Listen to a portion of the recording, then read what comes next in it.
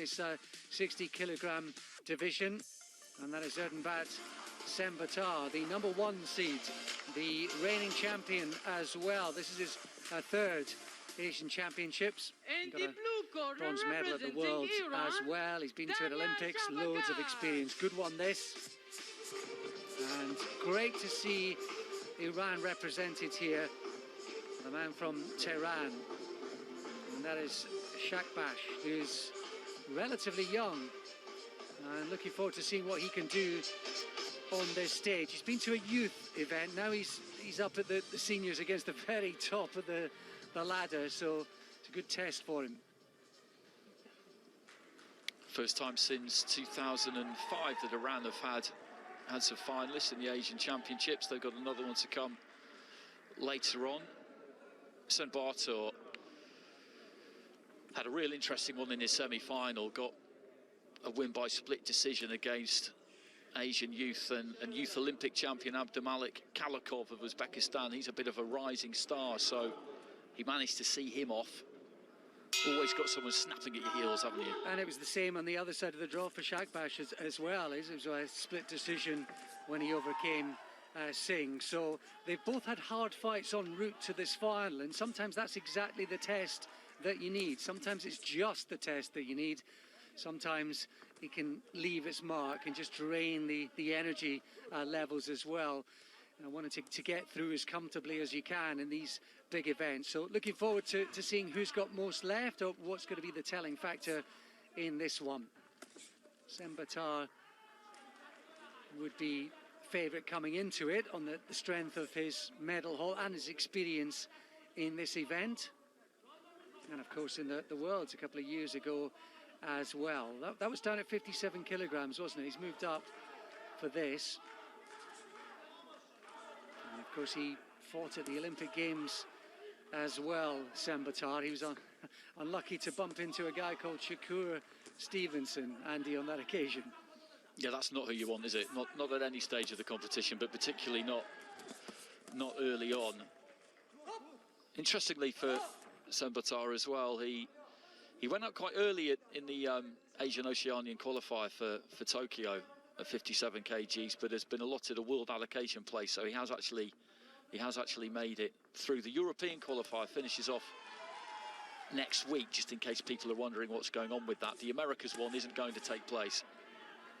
Quality bit of boxing there from TSENDBAATAR as he closed the gap. He started with a left hook to the body, then he weaved towards his right and he brought that left hand upstairs to the head. He landed with both shots, and you can see much more compact compared to Shahbakshsh, and just his pedigree and experience telling through the first part of this one. It was lovely. He just seems to creep into space, doesn't he, without seemingly doing all that much. That's all to do with the front foot, just stealing the space.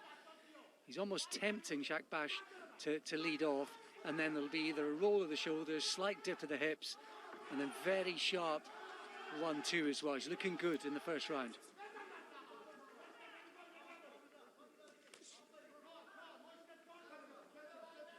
That was better, wasn't it, from Shahbakshsh? Picked that almost right uppercut gun hook nicely, maybe just starting to settle down. He's got that height advantage, Shahbakshsh. He's got the reach advantage that comes with it too, but he doesn't really jab, does he? We've got two southpaws here, and he looks for that southpaw left. He looks to use that lead right hand more to kind of step in and throw that screw shot, almost uppercut at times, but just there where they've got that gap between them, he can just throw that jab. There's that right that he slings up from the waist, but if he can get on that jab, he needs to get on the jab, doesn't he? Nearly picked that, didn't he? Off the back foot, that right hook come uppercut. There's a beautiful shot. He's picked it a couple of times, but I think on balance, TSENDBAATAR looked quality in that round. And as Andy says, it's a difficulty sometimes for the taller fighter to know exactly how to go about it. Remember when Joshua fought Andy Ruiz for the first time, and you could really see through the first 2 or 3 rounds, up until the knockdowns in that third round, you could really see Joshua struggling to know how to approach it with the jab, and he was crouching down. He was basically negating all of his height advantages to try and find a lower angle to land the jab, and he really struggled with it through the first couple of rounds, Joshua. And you can just see the difficulties that Shahbakshsh is having. I think now he's decided he's going to box off the back foot, and we'll see. It looks that way. It looks that way. And you're right, it's easy to sit here and say he just needs to get on the jab, because he's taller and he's got that greater reach. But that's obviously not how he looks to use that lead hand. As we said, he likes to try and shovel it up from the waist, get some power on it, just short there as he did.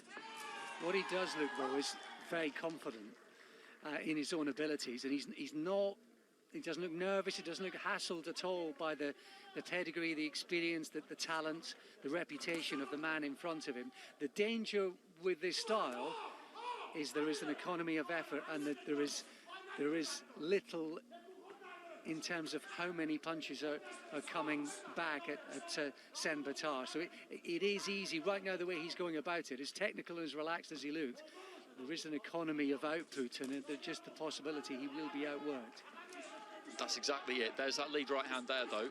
Managed to land it. He is being, or he was in that first round at least anyway, he was out-hustled, wasn't he? Because his opponent was just that bit busier. And maybe there's a sense with him that he wants to land the perfect shot. He wants everything that he throws to find the target. He's let his hands go a little bit more in this second round. He's looking to try and get on the jab. I think the corner probably would have said that to him, to at least use it somewhat.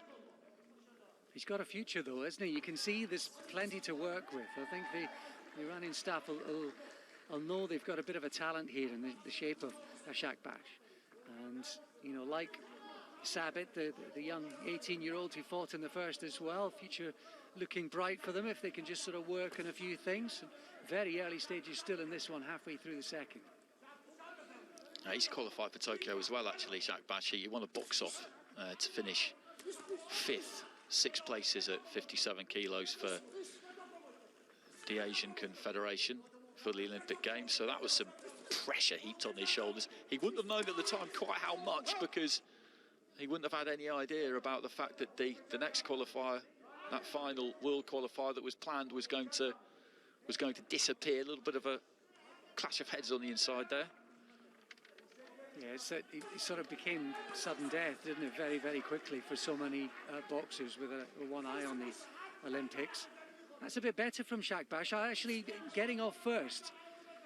Maybe leading off with the shots now. He's getting a bit of rhythm in his work, and this could be an interesting development. If he can stop TSENDBAATAR in his tracks, or make him think about what's coming instead, that could just be an interesting change in the play.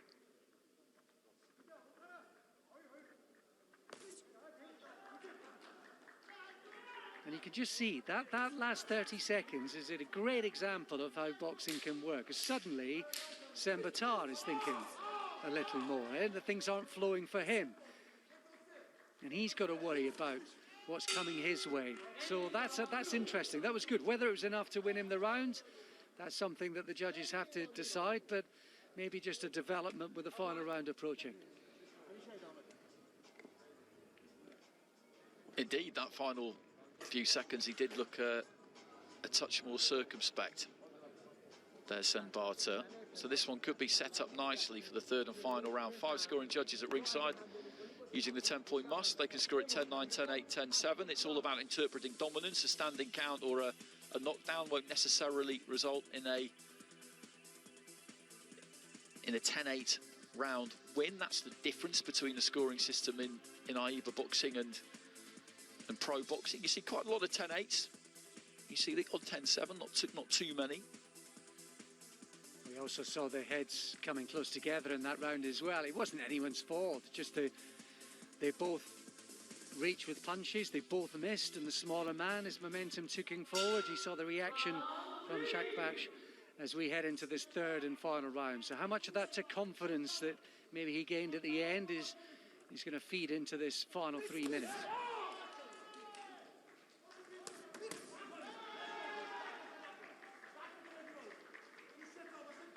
Bit gung-ho at the start of the round there. TSENDBAATAR just came wading forward, and Shahbakshsh, with a good start to the round, did get caught with the right hand there, but the opening exchanges there, the fighter in blue had the better of those. It's a really sharp, short left hand, though, from Zambata there as well, wasn't there, in that exchange? I mean, he needs to get close, really. He was able to dictate things, and the distance was being controlled by him markedly through the first round. It's definitely changed now.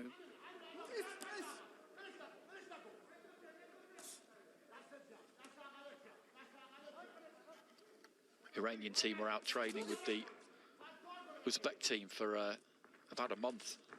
I was hearing a training camp before these championships. That's a huge part of life as a top international amateur, getting into training camp with other top nations, spars that are like fights, gathering great experience. Good left hand there from Tsenbaata. Yeah, it was, wasn't he? When he manages to close the gap, he does look good. Not quite being able to do it as effectively since the first round. A bit better though, I think, in this one. I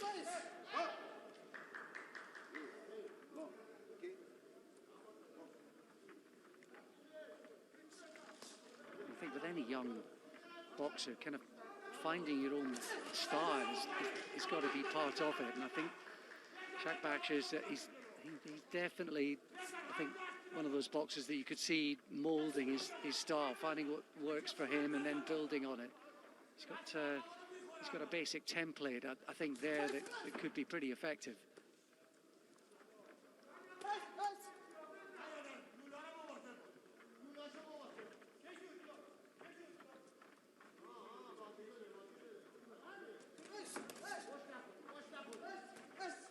Tsenbaata is looking for that left hand, isn't he?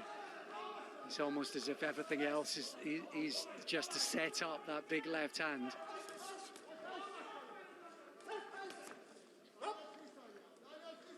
Closing stages, and it's Tsenbaata who's been the more proactive of these two in the third round so far. I'm just thinking that might just be tipping this in his favour slightly. Shahbakshsh has maybe waited a little bit too long to try and get his punches off, particularly in this final minute.